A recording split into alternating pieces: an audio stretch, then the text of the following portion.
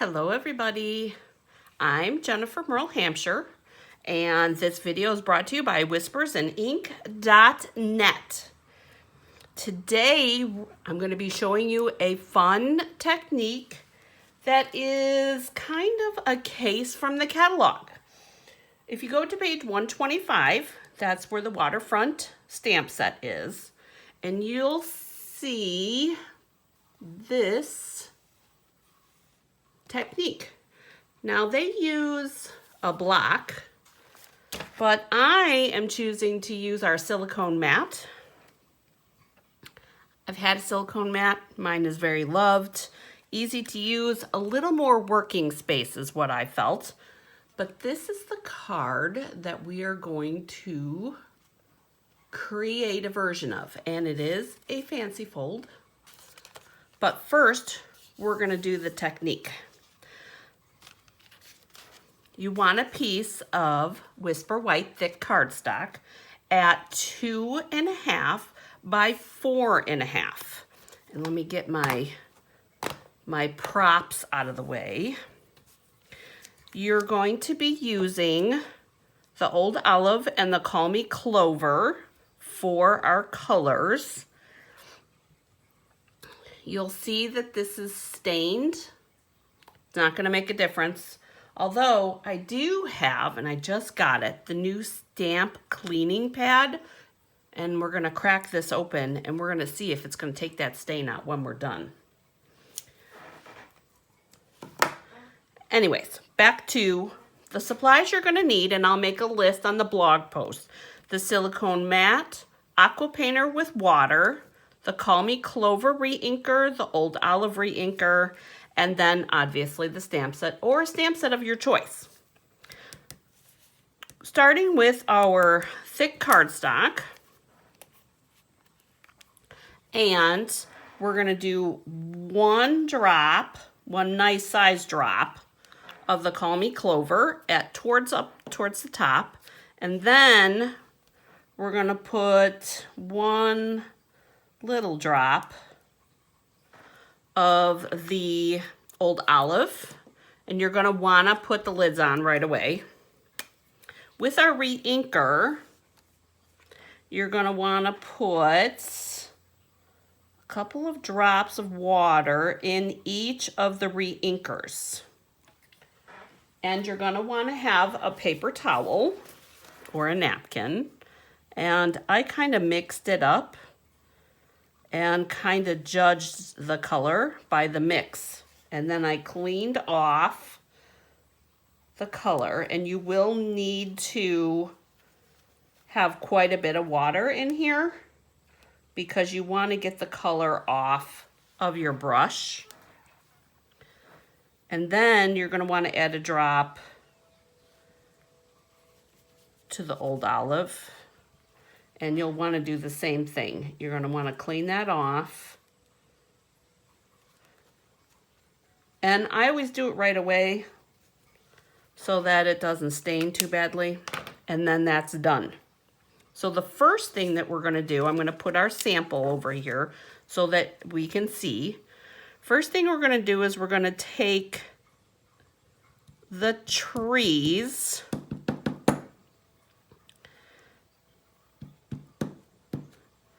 and we're going to create the forest look. And I did stamp multiple times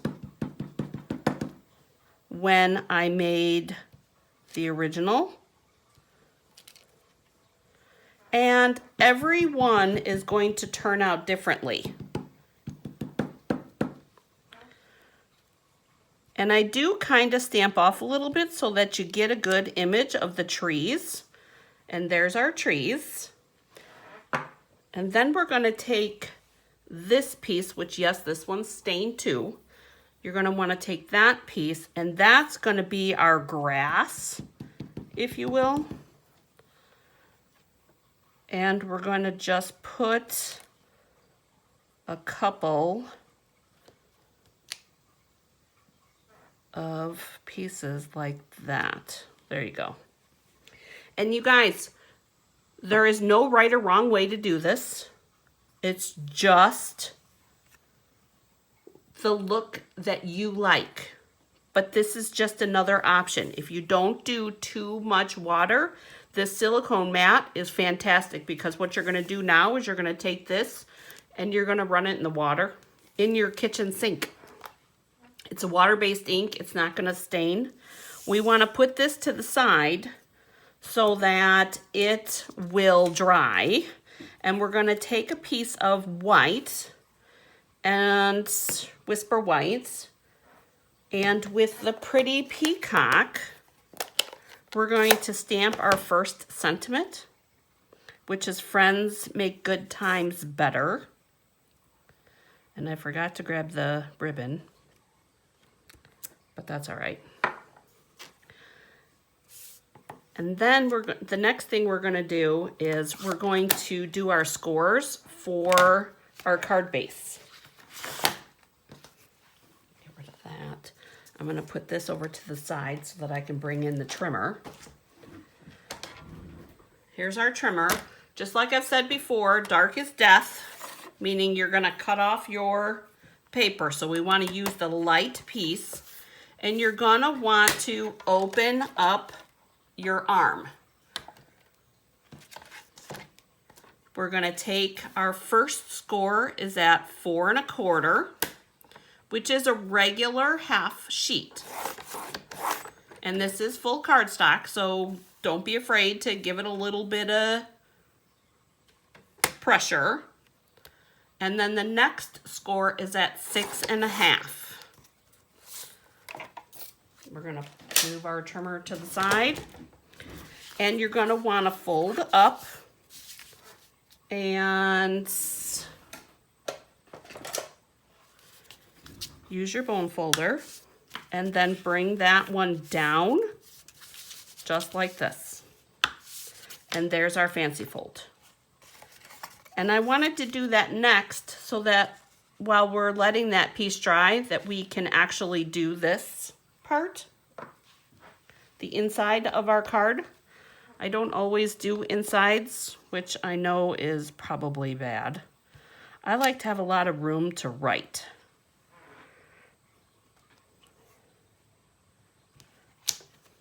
And it doesn't have to be perfect. We're going to take the Old Olive ink and the And Hard Times Easier. And we're going to put that, close that up. And then we're going to take the Pretty Peacock again, because we're going to put stars at the top. After the trees dry, we're going to put stars on the inside at the top as well. And I did take this and I stamped off first. I didn't want the full on images. You could do second and third generation. Kind of fill in the gaps a little bit. There we go. And I think that our image is dry enough. Yes, it is. So we're going to also work our stars, if you will, on the top of our watercolor image.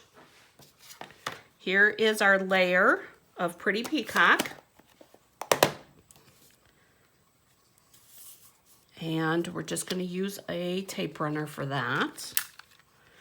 This is why we used the thick cardstock. I hope that you can see that. Because with using the water, it can go through. And I wanted to make sure you could use the watercolor paper, but the thick cardstock for this, because I wasn't adding water and adding water, the thick cardstock worked well. So we have our inside, and we have our fold, and here is our image for the front, and we're going to use a little bit of Tombow on this, the multi-glue.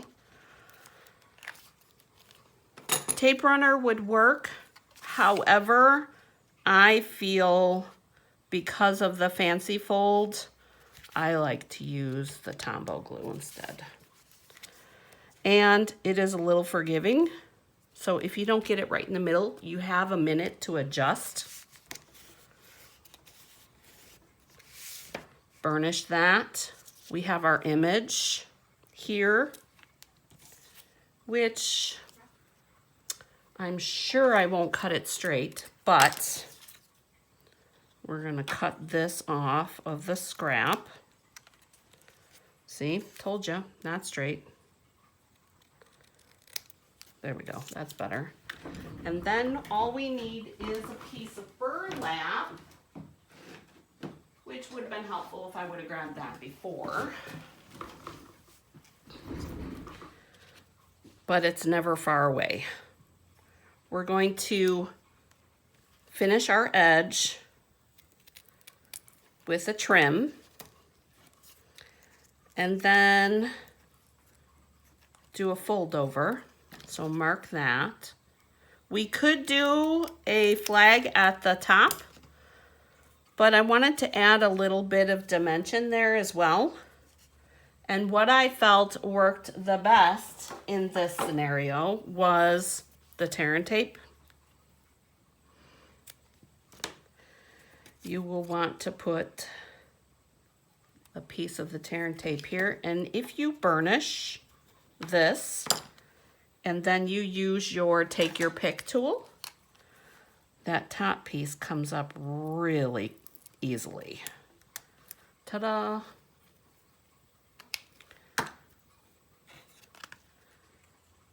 There is that onto that, and then again using the tear and tape. I know, how am I supposed to get that off of that bumpy edge? Same way as we just did, because it was long enough to get it on a straight part. You should still be able to get up an edge of it just like that, and then that'll hold that down. And I did it a little bit long, hopefully. Yep, there we go. I want a little bit more at the top.